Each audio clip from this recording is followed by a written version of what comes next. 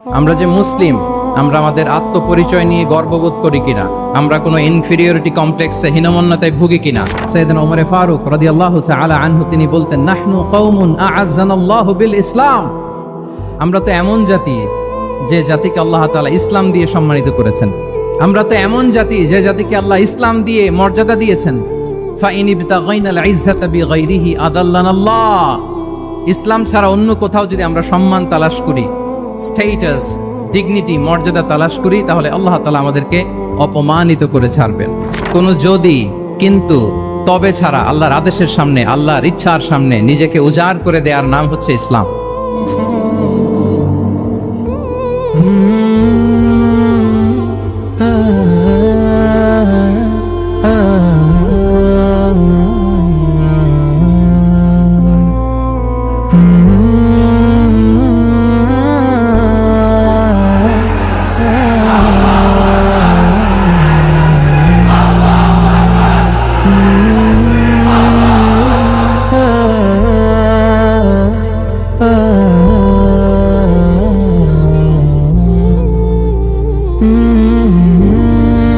আসসালামু আলাইকুম ওয়া রাহমাতুল্লাহি ওয়া বারাকাতুহু। নর্থ সাউথ ইউনিভার্সিটি কর্তৃক আয়োজিত আজকের এই কোরআন কনফারেন্স এবং সিরা এক্সিবিশন 2025-এ আপনারা যারা উপস্থিত হয়েছেন, আপনাদের সবাইকে জানাচ্ছি আন্তরিক শুভেচ্ছা এবং মোবারকবাদ। যে টপিকটা আমি অ্যাড্রেস করার চেষ্টা করব সেটা হচ্ছে being proud of our Muslim identity. আমরা যে মুসলিম, আমরা আমাদের আত্মপরিচয় নিয়ে গর্ববোধ করি কিনা। আমরা যে মুসলিম, আমাদের কোর আইডেন্টিটি যে ইসলাম, এটা নিয়ে আমাদের মধ্যে কোনো সংশয় কাজ করে কিনা, আমরা কোনো ইনফিরিয়রিটি কমপ্লেক্সে হীনমন্যতায় ভুগি কিনা, এই বিষয়টা নিয়ে আজকে কথা বলবার চেষ্টা করবো ইনশাআল্লাহ বিইذনিল্লাহ। আমরা আল্লাহর দরবারে শুকরিয়া আদায় করছি যে আল্লাহ তাআলা আমাদেরকে ইসলাম দিয়ে ধন্য করেছেন। উই আর ব্লেসড উইথ ইসলাম, ঠিক কিনা বলেন? ইসলাম পেয়ে আমরা ধন্য, আলহামদুলিল্লাহ।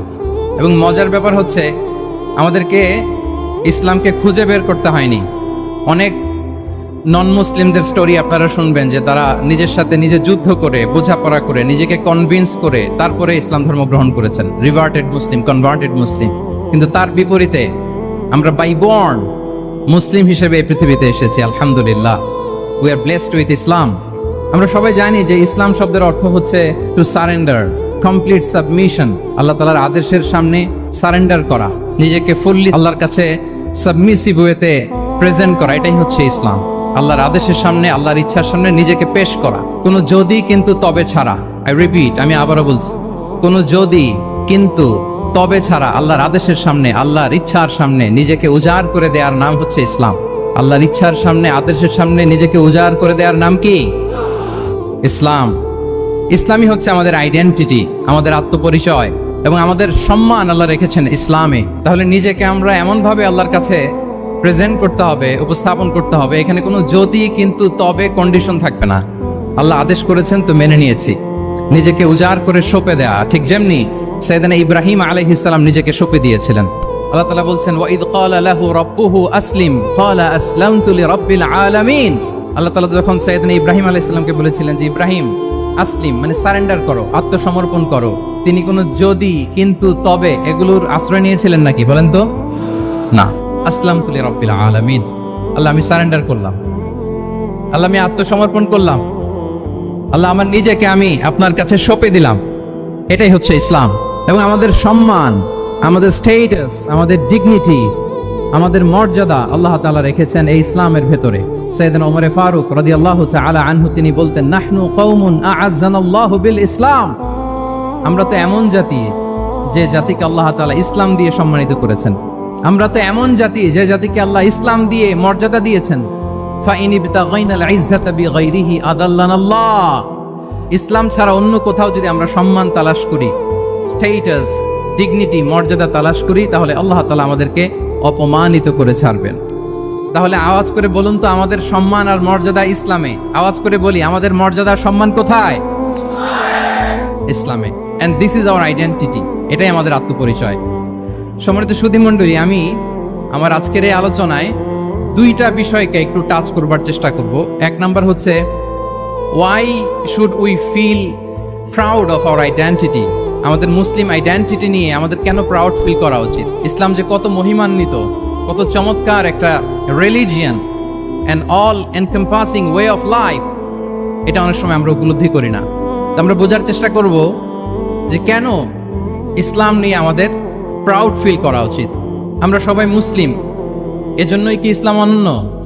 আমি ইসলাম ধর্মের অনুসারী, তো গায়ের জোরে কি আমি ইসলামকে শ্রেষ্ঠ বলবো? শ্রেষ্ঠ বললে হবে না। আল্লাহ তাআলা এমন কিছু ক্যারেক্টারিস্টিক্স, এমন কিছু ফিচার দিয়ে ইসলামকে সৌন্দর্যমণ্ডিত করেছেন, বিউটিফাই করেছেন, ফলে বাই ডিফল্ট ইসলাম শ্রেষ্ঠ। আল্লাহু আকবার। এটা জোর করে, তর্ক করে, চাপার জোরে ইসলামকে শ্রেষ্ঠ প্রমাণ করা লাগবে না। বাই ডিফল্ট ইসলাম শ্রেষ্ঠ। এমন কিছু ফিচার আল্লাহ তাআলা আমাদেরকে দিয়েছেন ইসলামের ভেতরে, যে কারণে ইসলাম বাই ডিফল্ট এটা শ্রেষ্ঠ একটি ধর্ম। কি কি ফিচার দিয়ে আল্লাহ তাআলা ইসলামকে সমৃদ্ধ করেছেন, কেন ইসলাম অনন্য, কেন আমাদের মুসলিম আইডেন্টিটি নিয়ে আমাদের প্রাউড ফিল করা উচিত, এ বিষয়ে প্রথমে কথা বলবো। এরপরে কথা বলবো what should we do to protect our Muslim identity, কেন আমরা প্রাউড ফিল করব মুসলিম আইডেন্টিটি নিয়ে। এরপরে কথা বলবো এই মুসলিম আইডেন্টিটিকে আমরা কিভাবে প্রোটেক্ট করতে পারি। তাহলে প্রথমে ইসলামকে আল্লাহ তাআলা কি কি অনন্য ফিচার, ক্যারেক্টারিস্টিক্স, বৈশিষ্ট্য দিয়ে ধন্য করেছেন। আমরা যদি এই টপিকে কথা বলি তাহলে দেখব যে আল্লাহ তাআলা ইসলামকে একটা knowledge based way of life বানিয়েছেন। এটা জ্ঞান ভিত্তিক ধর্ম। অজ্ঞতার সাথে, ইগনোরেন্সের সাথে এই ধর্মের কোনো সম্পর্ক নেই। এবং ইসলামের প্রথম যে বাণীটি, কোরআনের প্রথম যে আয়াতটি, দ্য ভেরি ফার্স্ট ভার্স আল্লাহ তাআলা যে নাজিল করেছেন, সেখানেও আল্লাহ তাআলা আমাদেরকে জ্ঞানার্জনের কথা বলেছেন। হেরা গুহায় সূরা আলাকের প্রথম যে আয়াতটি নাজিল হয়েছে সেটা কি ছিল? ইকরা। আওয়াজ করে বলুন, সেটা কি? ইকরা বিসমি রাব্বিকাল্লাযী খালাক, read in the name of your lord who has created, পড়ো তোমার প্রভুর নামে যিনি শিখিয়েছেন। তাহলে ইসলামের প্রথম কথাই হচ্ছে পড়ো, এক্সপ্লোর করো, ইনোভেট করো, ডেভেলপ করো। ইসলামের প্রথম কথাই হচ্ছে পড়া। জ্ঞানের সাথে নিজেকে জুড়ে রাখো, অজ্ঞতার সাথে ইসলামের কোনো সম্পর্ক। এবং জ্ঞানকে আল্লাহ রাসূল সাল্লাল্লাহু আলাইহি ওয়া আলিহি ওয়াসাল্লাম বিশ্বময় ছড়িয়ে দিতে বলেছেন। Knowledge has no boundaries. তিনি বলেছেন বাল্লিগু আন্নি ওয়ালাউ আয়া, একটি আয়াত হলেও আমার পক্ষ থেকে গোটা বিশ্বে ছড়িয়ে দাও। এবং জ্ঞানের রাস্তায়, জ্ঞানের পথে যে অগ্রসর হয়, আল্লাহর হাবিব সাল্লাল্লাহু আলাইহি ওয়া আলিহি ওয়াসাল্লাম বলেন, যে ব্যক্তি জ্ঞানের পথে অগ্রসর হয় সে মূলত জান্নাতের পথেই অগ্রসর হয়। মান সালাকা তরিকান ইয়ালতামিসু ফীহি ইলমান সাহালাল্লাহু লাহু তরিকান ইলাল জান্নাহ, যে জ্ঞান অর্জনের জন্য সামনে আগায় সে মূলত জান্নাতের দিকে আগায়। আল্লাহু আকবার। তাহলে ইসলাম একটা নলেজ বেসড রিলিজিয়ান।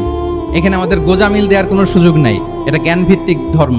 এজন্য এই ধর্ম পেয়ে এই ওয়ে অফ লাইফ যে আমরা প্র্যাকটিস করি, আমাদের প্রাউড ফিল করার দরকার আছে না নাই? বলেন, প্রাউড ফিল হয় না? আচ্ছা, এক নাম্বার হচ্ছে নলেজ বেসড রিলিজিয়ান। দ্বিতীয়ত হচ্ছে ইসলাম হচ্ছে দ্বীনুল ইনসানিয়া, মানবতার ধর্ম।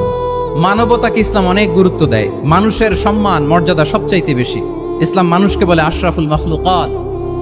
আল্লাহ তাআলা বলছেন ওয়ালাকাদ কাররামনা বানি আদম, I have dignified the status of the son of Adam. আদমের সব সন্তানদেরকে আমি মর্যাদা দিয়েছি। তিনি বলেননি যে আমি মুমিনদেরকে শুধু মর্যাদা দিয়েছি, শুধু মুসলিমদের মর্যাদা দিয়েছি, কেবলমাত্র মুসল্লিদেরকে মর্যাদা দিয়েছি, এমন তিনি বলেননি। ওয়ালাকাদ কাররামনা বানি আদম, গোটা বনি আদমকে, মুসলিম অমুসলিম নির্বিশেষে সব বনি আদমকে আমি সম্মানিত করেছি। আল্লাহু আকবার। এভাবে ইসলাম মানবতার কথা বলে এবং মানুষের জন্য যে কাজ করে, ইসলাম তাকে শ্রেষ্ঠ মানুষ বলেছে। খায়রুন নাস আনফাউহুম লিন-নাস, মানুষের মধ্যে শ্রেষ্ঠ সে মানুষ যে অন্যের কাজে লাগে, যে মানবতার উপকারে আসে, সে শ্রেষ্ঠ মানুষ। এভাবে ইসলাম মানবতার জয়গান গেয়েছে। আল্লাহ রাসূল সাল্লাল্লাহু আলাইহি ওয়া আলিহি ওয়াসাল্লামের সামনে দিয়ে একবার একটা লাশ যাচ্ছিল। তিনি সাহাবাদেরকে নিয়ে বসেছিলেন। হঠাৎ ওই লাশ দেখে রাসূল সাল্লাল্লাহু আলাইহি ওয়াসাল্লাম দাঁড়িয়ে গেলেন। সাহাবারা বললেন, ইয়া রাসূলুল্লাহ, ইন্নাহু ইয়াহুদি, এটা ইহুদির লাশ। কার লাশ? জুইশ, ইহুদির লাশ। আপনি দাঁড়ালেন যে?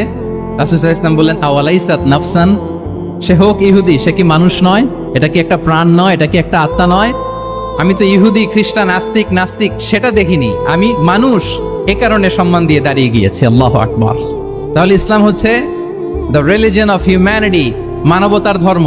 যারা আমাদেরকে মানবাধিকার শিখায়, যারা মানবতার কথা বলতে যায় আমাদের কাছে এসে, তাদের খুব ভালো করে এগুলো জেনে নেওয়া উচিত যে ১৫০০ বছর আগে ইসলাম যেভাবে মানবতাকে উচ্চে তুলে ধরেছে, মানুষের মর্যাদাকে সবচেয়ে উপরে তুলে ধরেছে, মানুষকে আশরাফুল মাখলুকাত বলেছে, নতুন করে মানবতা তাদের কাছ থেকে আমাদের শেখা লাগবে না। তাহলে 1 নাম্বার হচ্ছে ইসলাম জ্ঞান ভিত্তিক ধর্ম, 2 নম্বরে বললাম ইসলাম হচ্ছে মানবতার ধর্ম, 3 নাম্বার হচ্ছে ইসলামে আল্লাহ তাআলা যে সমস্ত বিধিবিধান আমাদেরকে দিয়েছেন, ইসলামের যে রুলিংস গুলো আছে এগুলো খুব ফ্লেক্সিবল, এগুলো অত্যন্ত লাইফ ওরিয়েন্টেড, ইসলামের বিধানগুলো সোসাইটি ওরিয়েন্টেড। মোটেও আপনার কাছে এটাকে অসম্ভব মনে হবে না, মানতে যে কঠিন লাগবে না, বুঝতে সহজ, মানতে সহজ, এরকম চমৎকার বিধিবিধান আল্লাহ তাআলা ইসলামের ভেতরে দিয়েছেন। তার মানে মানুষের সুবিধা অসুবিধাকে ইসলাম আমলে নেয়, আমাদের সাধ্যের বাইরে কোনো বিধান আল্লাহ তাআলা ইসলামে চাপিয়ে দেননি। লা ইউকাল্লিফুল্লাহু নাফসান ইল্লা উসআহা, সাধ্যের বাইরে আল্লাহ তাআলা কোনো বিধান আমাদের উপর চাপিয়ে দেন নাই। কোনো কিছু যদি আমাদের আউট অফ ক্যাপাসিটি হয়, এরকম কোনো বিধান আল্লাহ আমাদেরকে দেন নাই।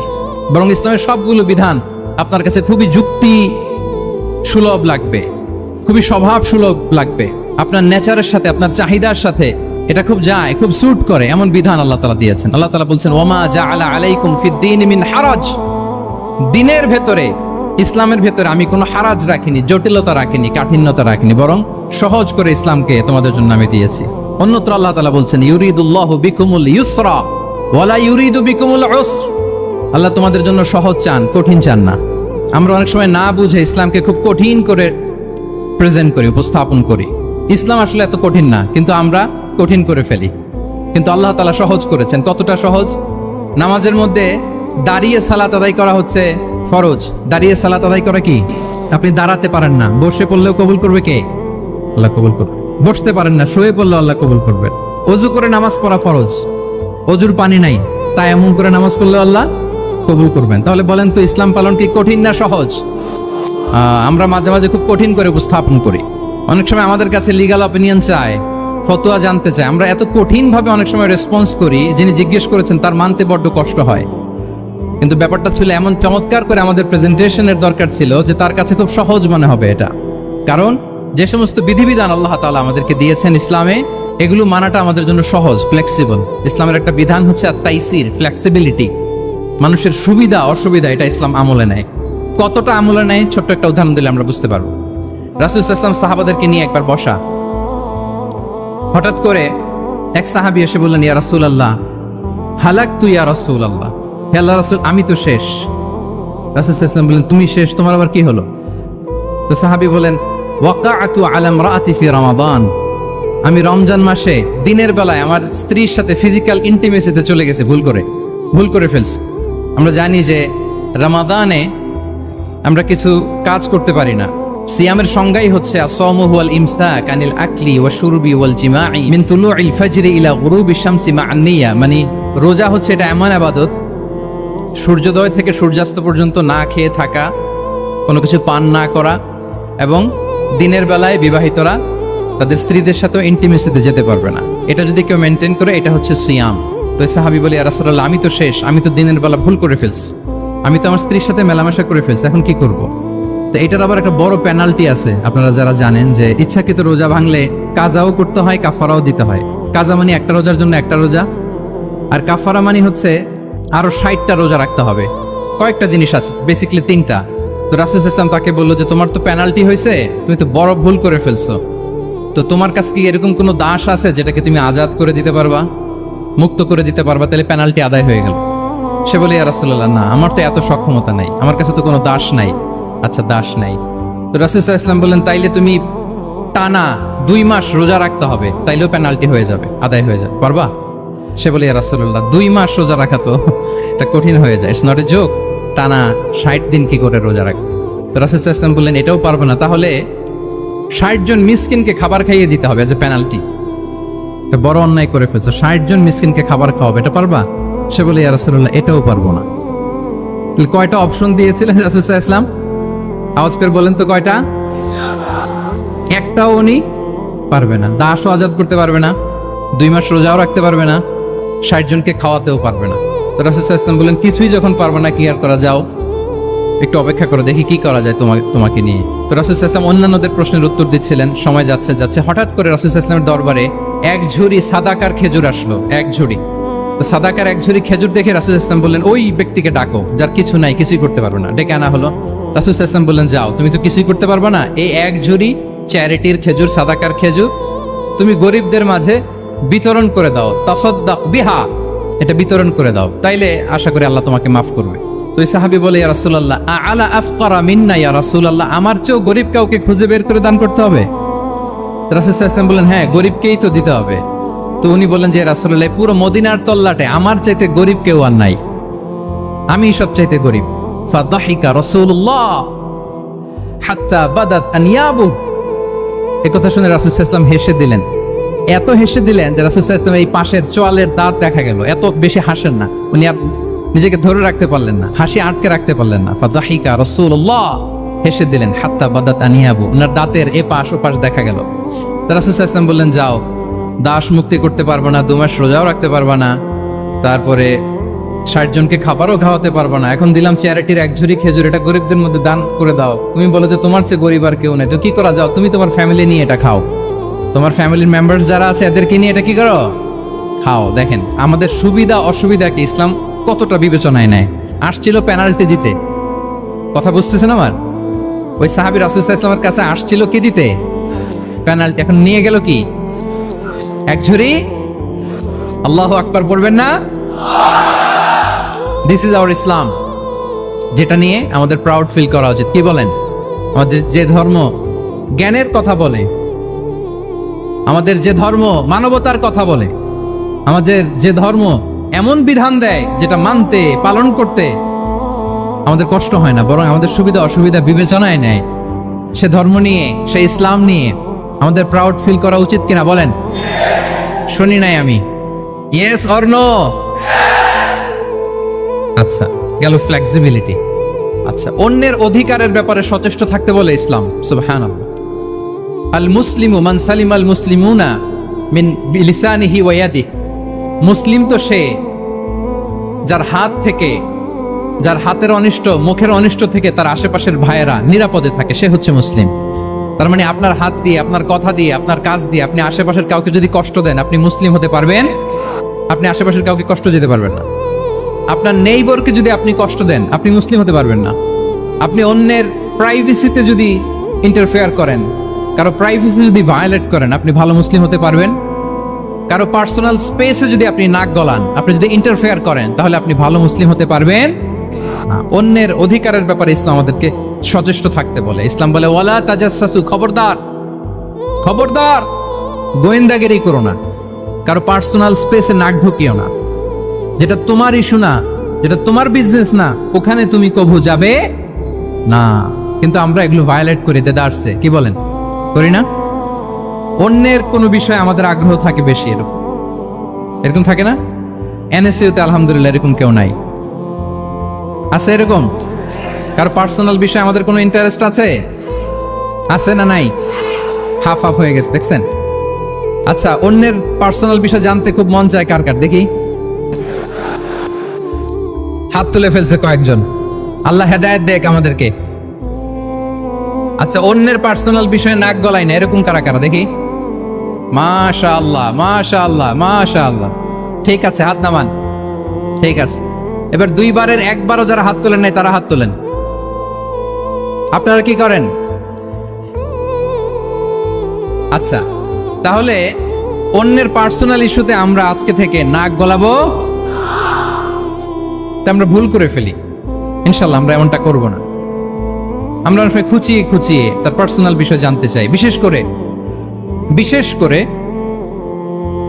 নিঃসন্তান দম্পতি পেলে আমি দেখেছি খুঁটিয়ে খুঁটিয়ে তাকে প্রশ্ন করে যে, ভাই কি সমস্যা, বেবি নিচ্ছেন না কেন, কার সমস্যা, আপনার সমস্যা না ভাবির সমস্যা? আরে বেটা, তোর কি সমস্যা সেটা বল। একজন নিঃসন্তান দম্পতি কি পরীক্ষার মধ্য দিয়ে যায় আমাদের কোনো আইডিয়া আছে? তার এই পরীক্ষার মধ্যে যদি আমরা কাটা ঘায়ে নুনের ছিটা যদি দেই, তাহলে তার কেমন লাগবে বলেন তো? আছে তো সে পরীক্ষার মধ্যে, খুঁটিয়ে খুঁটিয়ে আমরা তাকে বিব্রত করার চেষ্টা করি। আল্লাহ আমাদেরকে হেফাজত করুন। এগুলো আমরা করব না ইনশাআল্লাহ, বলেন। তাহলে দেখেন, যে ইসলাম আমাদেরকে ইনস্ট্রাক্ট করে, খবরদার কারো পার্সোনাল স্পেসে নাক গলাবে না। হ্যাঁ, প্রত্যেকের একটা প্রাইভেট স্পেস আছে, কেউ এখানে ইন্টারফেয়ার করতে পারবে। ইসলাম আমাদেরকে অন্যের রাইটস এর ব্যাপারে সচেতন থাকতে বলে। ইসলাম আমাদেরকে কমিউনাল হারমোনির কথা বলে, সাম্প্রদায়িক সম্প্রীতি। আমরা মুসলিম, এদেশে আমরা মুসলিম সংখ্যাগরিষ্ঠ, কিন্তু আমাদের হিন্দু ভাইয়েরা আছে, বৌদ্ধরা আছে, তাদের সাথে মিলেমিশে থাকার কথা বলে। এবং রাসূল সাল্লাল্লাহু আলাইহি ওয়াসাল্লাম তো মদিনাতে যে তাই করেছেন, মদিনা চার্টার করেছেন। জুইশরা ছিল, পেগানরা ছিল, মুসলিমরা ছিল, সবাইকে নিয়ে তিনি মদিনা চার্টার করেছেন। পরবর্তীতে তারা বিট্রে করার কারণে, ট্রেচারের কারণে এই মদিনা চার্টার ভঙ্গ হয়েছে, কিন্তু রাসূল সাল্লাল্লাহু আলাইহি ওয়াসাল্লামের পক্ষ থেকে কোনো না ছিল না। তাহলে এই যে পরমত সহিষ্ণুতা, রিলিজিয়াস কোএক্সিস্টেন্স, ধর্মীয় সহাবস্থান, এটার কথা ইসলাম আমাদেরকে বলে, এবং কতটা জোরালো ভাবে বলে আপনি অবাক হবেন। মাইনরিটি রাইটস কে ইসলাম এমন ভাবে প্রিজার্ভ করেছে। আল্লাহ রাসূল সাল্লাল্লাহু আলাইহি ওয়াসাল্লাম বলেন, কোন হিন্দু, কোন মাইনরিটি, কোন সংখ্যালঘু, শব্দটা যদি আমাদের পছন্দের না, বোঝানোর জন্য বলছি, কোন অমুসলিম যদি মুসলিমদের পাশে থাকে এবং কোন মুসলিম যদি তার রাইটকে ভায়োলেট করে, যেমন আপনি মুসলিম, আপনার নেইবার হচ্ছে হিন্দু, আপনি যদি তার হক নষ্ট করেন, জোর করে তার জমি দখল করেন, তাকে তার প্রাপ্য থেকে বঞ্চিত করেন, রাসূল সাল্লাল্লাহু আলাইহি ওয়াসাল্লাম বলেন কিয়ামতের দিন আমি ওই হিন্দুর পক্ষে মুসলিমের বিপক্ষে বাদী হয়ে দাঁড়াবো। আল্লাহু আকবার। রাসূল সাল্লাল্লাহু আলাইহি ওয়াসাল্লাম ওই হিন্দুর পক্ষে, আমি রাসূল সাল্লাল্লাহু আলাইহি ওয়াসাল্লামের উম্মত, আমার বিপক্ষে দাঁড়াবেন। আল্লাহু আকবার। What a marvellous statement. আল্লাহু আকবার। সংখ্যালঘুদের উপর যদি কেউ কোন মুসলিম অত্যাচার করে, রাসূল সাল্লাল্লাহু আলাইহি ওয়াসাল্লাম বলেন তুমি আমার উম্মত হতে পারো, কিন্তু তোমার পক্ষে না, আমি ওই মাজলুমের পক্ষে কিয়ামতের দিন দাঁড়াবো। দিস ইজ ইসলাম। ইসলাম আমাদেরকে অন্য যে ফেইথ আছে, Islam teaches us to respect other faith. অন্যান্য যে ফেইথ গুলো আছে এগুলোর প্রতি শ্রদ্ধা দেখাতে বলে, সম্মান দেখাতে বলে। আল্লাহ তাআলা বলছেন ওয়ালা তাসুব্বুল্লাযীনা ইয়াদউনা মিন দুনিল্লাহি ফায়াসুব্বুল্লাহা আদওয়ান বিগাইরি ইলম। ওহে বিশ্বাসীরা, আল্লাহকে ছাড়া তারা যাদেরকে ডাকে, যাদের উপাসনা করে, ওই সমস্ত দেব দেবীকে তোমরা গালি দিও না, ফলে রাগান্বিত হয়ে অজ্ঞতাবশত তারা আল্লাহকে গালি দিবে। কথা বুঝতে পেরেছেন? ওরা নানা কিছুর উপাসনা করে, কিন্তু আমরা কি যেসব জিনিসের তারা উপাসনা করে তাদেরকে গালি দিতে পারবো বলেন? আল্লাহ স্পষ্ট করে বলেছেন খবরদার তাদের দেবতাদের গালি দিও না, তাহলে ওরা আল্লাহকে গালি দিবে। তাহলে কেমন যেন আল্লাহকে গালি খাওয়ানোর কারণ হলাম কে? আমি। কেউ যদি অন্য ধর্মকে ছোট করে, সে মূলত ইসলামকে ছোট করে। আই রিপিট, আমি আবারও বলছি, যে অন্য ধর্মকে ছোট করে সে ইসলামকে ছোট করে। তাহলে অন্যান্য যে ফেইথ আছে এগুলোর ব্যাপারে আমাদেরকে শ্রদ্ধাশীল থাকতে বলেছে ইসলাম। সর্বশেষ ব্যালেন্সড অ্যাপ্রোচের কথা ইসলাম আমাদেরকে বলেছে, আমরা যেন ভারসাম্যপূর্ণ জীবন আচরণে বিশ্বাসী হই। আমাদের কথায়, আমাদের কাজে, আমাদের বিশ্বাসে, আমাদের আচরণে, দাওয়াতি কাজ করার ক্ষেত্রে, ইসলামকে বোঝার ক্ষেত্রে, ইসলামকে বোঝানোর ক্ষেত্রে আমাদেরকে ব্যালেন্সড অ্যাপ্রোচে বিশ্বাসী হতে হবে, ভারসাম্যপূর্ণ আচরণ করতে হবে, যেটাকে আরবিতে বলে আল ওয়াসাতিয়া। সম্মানিত সুধী মণ্ডলী, ওয়াকাযালিকা জাআলনাকুম উম্মাতান ওয়াসাতা লিতাকুনু শুহাদা আলান নাস ওয়া ইয়াকুনা রাসূলু আলাইকুম শাহীদা। আমরা হচ্ছি মধ্যমপন্থী জাতি। ইসলাম আমাদেরকে বাড়াবাড়িও শেখায় না, ছাড়াছাড়িও শেখায় না, বরং মাঝামাঝি থাকতে বলে। আলহামদুলিল্লাহ বলেন। আমরা শিথিলপন্থীও নই, আমরা কট্টরপন্থীও নই, বরং আমরা মধ্যমপন্থী। আমরা কোন পন্থী বলেন তো? আওয়াজ করে, আমরা কোন পন্থী? আমরা মধ্যমপন্থী। তাহলে ইসলাম বোঝার ক্ষেত্রে, বোঝানোর ক্ষেত্রে, ইসলাম পালন করার ক্ষেত্রে, অনুশীলন করার ক্ষেত্রে আমাদেরকে মধ্যম পন্থা অবলম্বন করতে হবে। বাড়াবাড়িও করা যাবে না, ছাড়াছাড়িও করা যাবে। আমরা শিথিলপন্থীও নই, কট্টরপন্থীও নই, আমরা হচ্ছে মধ্যমপন্থী। তাহলে এরকম অনেকগুলো ফিচার দিয়ে আল্লাহ তাআলা ইসলামকে বৈশিষ্ট্যমণ্ডিত করেছেন। আমি কেবলমাত্র 7টি উল্লেখ করেছি। আচ্ছা, আপনাদের কাছে কি মনে হয় এই যে ফিচারগুলো দিয়ে আল্লাহ তাআলা ইসলামকে বৈশিষ্ট্যমণ্ডিত করেছেন, ওই ইসলাম পেয়ে এই মুসলিম আইডেন্টিটি নিয়ে আমাদের প্রাউড ফিল করা উচিত নাকি উচিত না বলেন? Of course, absolutely we should feel proud of our Muslim identity. যে ইসলাম আল্লাহ তাআলা আমাদেরকে দিয়েছেন, এই মুসলিম আইডেন্টিটি নিয়ে আমাদেরকে অবশ্যই গর্ব করা উচিত। এখন আমি বলবো, what should we do to protect our Muslim identity? এই যে আমরা ইসলাম পেলাম, আপনারা বলেছেন যে আমরা ব্লেসড উইথ ইসলাম, ইসলাম পেয়ে আমরা ধন্য। আমাদের এই মুসলিম পরিচয়, এটাকে আমরা রক্ষা করব কিভাবে? এখানে বেশিরভাগ তরুণ যুবক, মাশাআল্লাহ, আপনাদের উদ্দেশ্যে সামান্য কয়েকটি পয়েন্টস বলেই যে আমাদের মুসলিম আইডেন্টিটিকে আমরা কিভাবে প্রোটেক্ট করব, কয়েকটা পয়েন্ট বলেই আমি আমার আলোচনা শেষ করবো ইনশাআল্লাহ বিইذনিল্লাহ। মৌলিকভাবে যদি বলতে হয়, আমাদের এই মুসলিম আইডেন্টিটি যদি আমাদেরকে প্রিজার্ভ করতে হয়, প্রোটেক্ট করতে হয়, সর্বপ্রথম যেটা আমাদেরকে করতে হবে সেটা হচ্ছে অন টাইমে আমাদেরকে সালাত আদায় করতে হবে। Times prayer on time. Push yourself to go to মস্ক for offering সালাত। নিজেকে পুশ করতে হবে। প্রথম হিসেব নেবেন এনএসইউর যুবক ভাইয়েরা আমার দিকে তাকান। প্রথম আল্লাহ তাআলা হিসেব নেবেন কিয়ামতের ময়দানে এই সালাতের। আউয়ালু মা ইউহাসাবু বিহিল আবদু ইয়াউমাল কিয়ামাতি আস-সালাহ। সর্বপ্রথম আল্লাহ তাআলা এই সালাতের হিসাব নেবেন। এই সালাতের হিসাব যদি আমরা সুন্দর করে দিতে পারি, সব সুন্দর হয়ে যাবে। এবং ঈমান আর কুফরের মাঝে পার্থক্য হচ্ছে এই সালাহ। আওয়াজ করে বলুন, ঈমান আর কুফরের মাঝে পার্থক্য কি? এটাতে কোনো ছাড় নাই, compulsory. Push yourself to offer Salah on time. এটাই আমাদের আইডেন্টিটি। মুসলিম আইডেন্টিটির প্রথম কথা হচ্ছে সালাত। যার সালাত নাই তার ঈমান নাই। আওয়াজ করে বলেন, যার সালাত নাই তার কি নাই? আমাদের অনেক তরুণরা মুসলিম উম্মার মুক্তি কিভাবে হবে এটা নিয়ে খুব পেরেশান, কিন্তু সালাতের ব্যাপারে উদাসীন। এরকম আছে না নাই? এটা হইল? এটা যায়? হ্যাঁ, যে ব্যক্তি মুসলিম উম্মার মুক্তি নিয়ে টেনসড, সে সালাতে উদাসীন, এটা মেনে নেওয়া যায়? তাহলে মুসলিম আইডেন্টিটি প্রোটেক্ট করতে হলে সর্বপ্রথম আমাদেরকে সালাতে যত্নবান হতে হবে, 1 নাম্বার। 2 নাম্বার হচ্ছে আল কোরআন আল কারীমের সাথে আমাদের অ্যাটাচমেন্টটাকে মজবুত করতে হবে। 1 নাম্বার হচ্ছে সালাত, মুসলিম আইডেন্টিটির। 2 নাম্বার হচ্ছে কোরআন। আওয়াজ করে বলেন, 2 নাম্বার কি? কোরআনের সাথে আমাদের অ্যাটাচমেন্ট বাড়াইতে হবে। অনেকের কোরআনের ইন ডেপথ নলেজ অনেক ভালো, কোরআনের রিফ্লেকশন গুলো খুব ভালো জানে, কিন্তু কোরআন তেলাওয়াতের বেহাল দশা। এরকম আছে না? আবার আমাদের অনেক ভাইদের কোরআন তেলাওয়াত মাশাআল্লাহ খুব বিশুদ্ধ, কিন্তু তার আবার কোরআনের রিফ্লেকশন গুলো জানা নেই। দুইটাই আমাদের জন্য crisis. Recitation and reflection both are needed. দুইটাই লাগবে। যে প্রজন্ম কোরআন জানে না তারা কখনো সফল হতে পারে না। আই রিপিট, আমি আবারও বলছি, যে প্রজন্ম কোরআন জানে না তারা কখনো সফল হতে পারে। তাহলে আমাদের মুসলিম আইডেন্টিটিকে যদি প্রিজার্ভ করতে হয়, প্রোটেক্ট করতে হয়, প্রথমে আমাদেরকে সালাতের ব্যাপারে সোচ্চার হইতে হবে, সচেতন হইতে হবে। 2 নম্বরে কোরআনের সাথে আমাদেরকে অ্যাটাচমেন্ট বাড়াইতে হবে।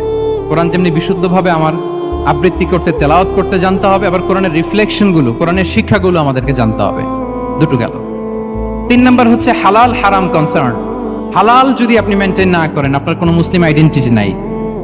আল্লাহ বলছেন, কুলু মিম্মা ফিল আরদি হালালান তাইয়্যিবা। এই জমিনে যেগুলোকে আমি হালাল করেছি এগুলো তোমরা কনজিউম করো। সম্মানিত শুধু খেয়াল রাখবেন, হালালের ভেতরেই বরকত আছে। হালালে কি আছে? হারামে কোনো বরকত নেই। হারামে আছে সাময়িক উত্তেজনা আর উন্মাদনা, কিন্তু হালাল এর ভেতরে আল্লাহ তাআলা বারাকা ঢুকিয়ে দিয়েছেন। তাহলে আমরা হালাল কনজিউম করব, কি বলেন?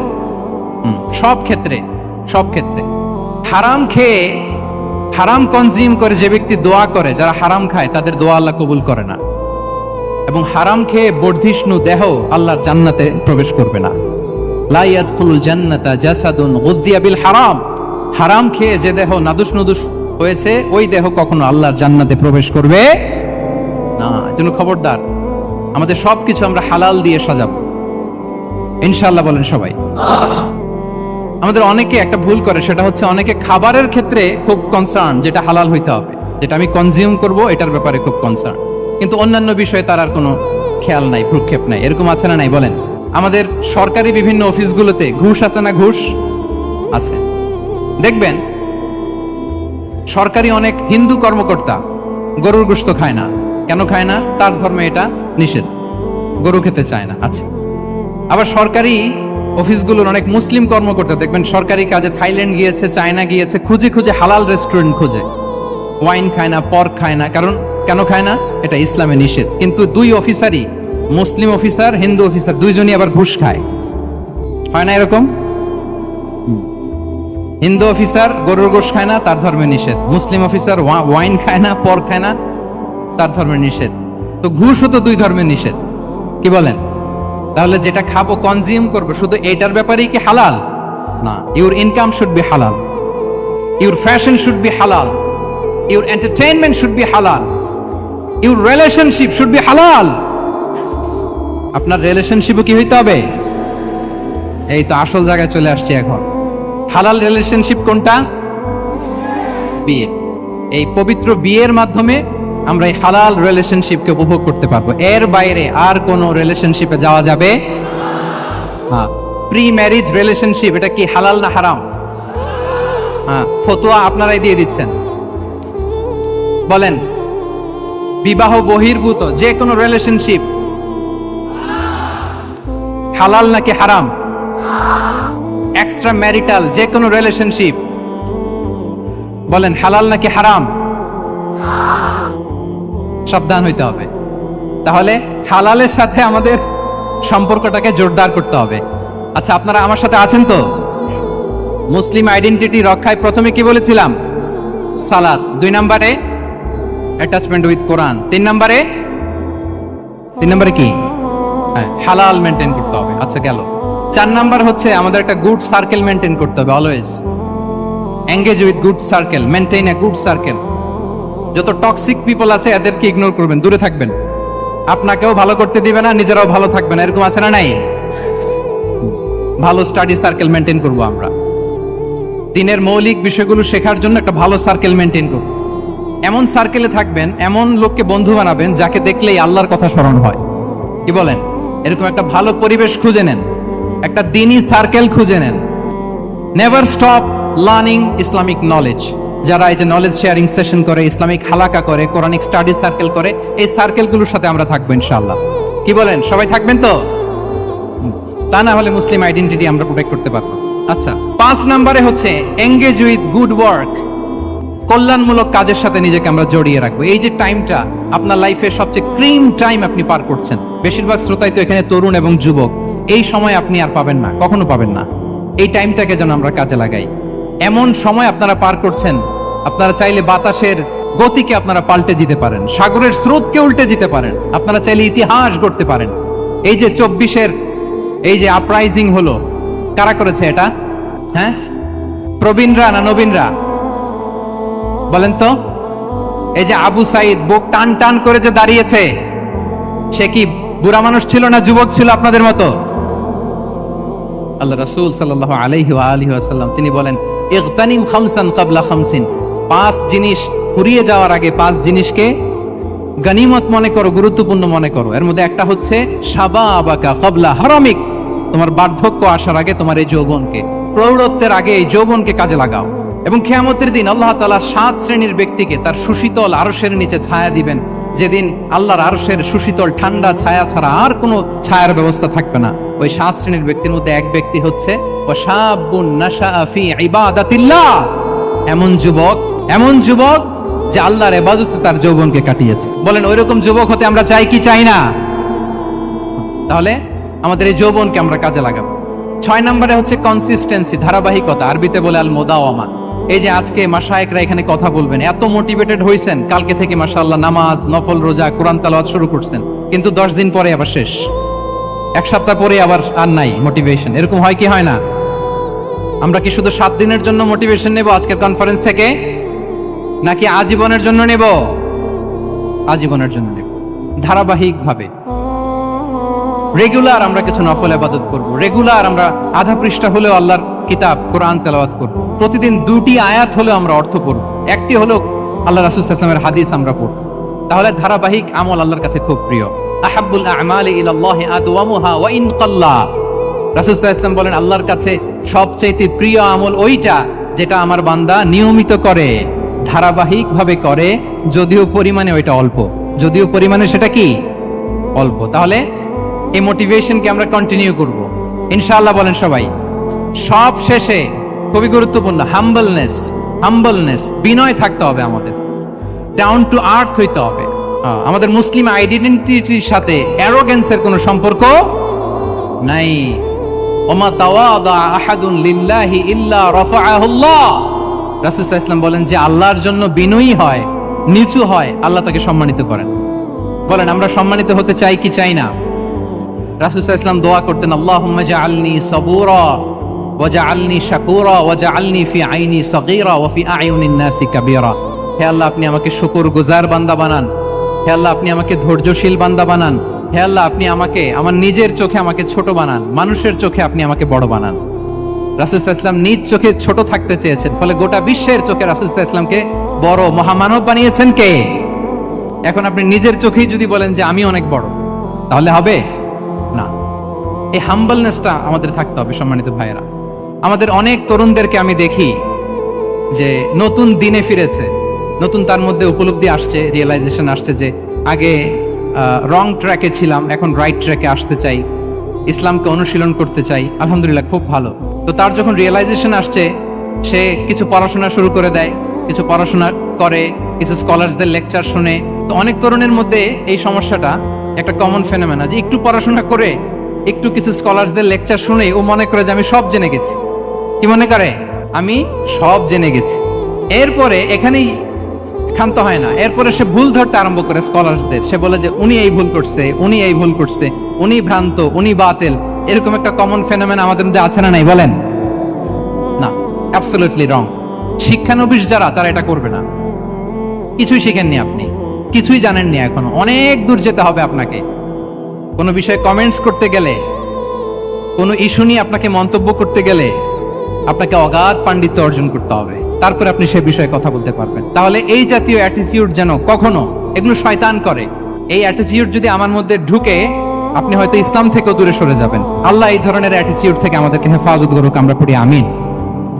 তাহলে সম্মানিত সুধী, being proud of our Muslim identity, এই টপিক নিয়ে আমি দুইটা বিষয়ে কথা বলেছি, যে আমরা কিভাবে আমাদের এই মুসলিম আইডেন্টিটিকে প্রিজার্ভ করবো, প্রোটেক্ট করব, আর কেন আমাদের এই মুসলিম আইডেন্টিটি নিয়ে গর্ববোধ করা উচিত। সম্মানিত সুধী মণ্ডলী, ইসলাম হচ্ছে আমাদের কোর আইডেন্টিটি, এবং ওমরে ফারুক রাদিয়াল্লাহু তাআলা আনহু বলেছেন, এখানে ইসলামই আমার সম্মান, ইসলামই আমার ইজ্জত। ইসলামের বাইরে যেয়ে যদি আমরা ইজ্জত খুঁজতে চাই, আমাদেরকে আল্লাহ তাআলা অপমানিত করবেন। তাহলে আমরা বোল্ডলি যেন এটা বলি যে আমি মুসলিম। আল্লাহ তাআলা বলছেন, ওমান আহসানু কাওলাম মিম্মান দাআ ইলাল্লাহি ওয়া আমিলা সালিহাও ওয়া ক্বালা ইন্নানি মিনাল মুসলিমিন। তার চেয়ে শ্রেষ্ঠ কথা আর কার হতে পারে, যে মানুষকে আল্লাহর দিকে ডাকে, নিজে সৎকর্ম করে আর বলে ইন্নানি মিনাল মুসলিমিন, নিশ্চয় আমি মুসলমান। নিশ্চয় আমি কি? বোল্ডলি, প্রাউড ফিল করে আমরা বলতে পারবো না যে আমি মুসলিম? পারবো? হ্যাঁ, নাকি সংশয় কাজ করে? করে? বলেন, আমরা আমাদের মুসলিম আইডেন্টিটিকে ওন করতে চাই কি চাই না? সবাই চাই। আমাদের আসল পরিচয় কি বলেন? মুসলিম। এরকম মুষ্টিবদ্ধ হাত উঁচু করে বলেন, আমাদের পরিচয় কি? আমি প্রশ্ন করলে উত্তর দিতে পারবেন? আওয়াজ করে বলেন, আমি কে? তুমি কে? এনএসইউ মেক এ নয়েজ, আমি কে? তুমি কে? আমি কে? তুমি কে? ওয়াকালা ইন্নানি মিনাল মুসলিমিন। তার চেয়ে শ্রেষ্ঠ ঘোষণা, শ্রেষ্ঠ কথার কার হতে পারে, যে বলে যে আমি মুসলিম। এটাই আমাদের আসল পরিচয়। আমরা যেন হৃদয় থেকে আমাদের এই মুসলিম আইডেন্টিটিকে ওন করতে পারি। আল্লাহ তাআলা আমাদেরকে তৌফিক দান করুক, আমরা বলি আমিন। সম্মানিত সুধী মণ্ডলী, ইসলাম হচ্ছে সময়ের অপরিহার্য বাস্তবতা। ইসলাম আমাদেরকে সঠিক জীবন দর্শন শেখায়। আপনি জীবনে সুখী হতে চান, সমৃদ্ধ হতে চান, সফল হতে চান, জীবনের প্রতিটি অঙ্গনে আপনি ইসলামকে প্র্যাকটিস করুন, আপনি সুখী হবেন, for sure, I am telling you. কারণ ইসলামের ছায়াতলেই রয়েছে আমার, আপনার, আমাদের সকলের আলোক স্নাত মুক্তি। আল্লাহ তাআলা আমাদের সবাইকে কথাগুলো বোঝার ও আমল করার তৌফিক দান করুক। আমি আবারও এনএসইউ কর্তৃপক্ষকে অন্তরের অন্তঃস্থল থেকে এরকম চমৎকার একটি কোরআনিক কনফারেন্স এবং সিরা এক্সিবিশনের আয়োজনের জন্য ধন্যবাদ জানাই। যারা দীর্ঘ সময় জুড়ে আমার লেকচারটি শুনলেন, আপনাদের সবাইকে আবারও শুভেচ্ছা এবং মোবারকবাদ জানিয়ে এখানেই শেষ করছি। হাদা মা ইনদি ওয়াল ইলমু ইনদাল্লাহি আলাইহি তাওয়াক্কালতু ওয়া ইলাইহি উনীব। ওয়াসসালামু আলাইকুম ওয়া রাহমাতুল্লাহি তাআলা ওয়া বারাকাতুহু।